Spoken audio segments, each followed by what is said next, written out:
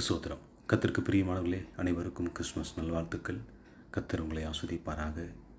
எசையா 9:6 நமக்கு ஒரு பாலகன் பிறந்தார், நமக்கு ஒரு குமாரன் கொடுக்கப்பட்டார், கர்த்தத்துவமும் அவர் தோளின் மேல் இருக்கும்.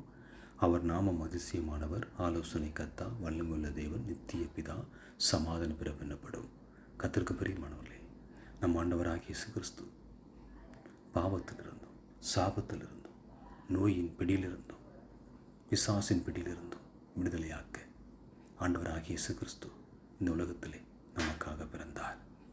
நாம் சந்தோஷமாக இருக்கும்படி, நாம் சுகமாக இருக்கும்படி, சுகத்தோடு சமாதானத்தோடு வாழும்படி, நித்திய ஜீவனை அடையும்படி இயேசப்பா இந்த உலகத்தில் பிறந்து நம்மோடு வாழ்ந்தார்.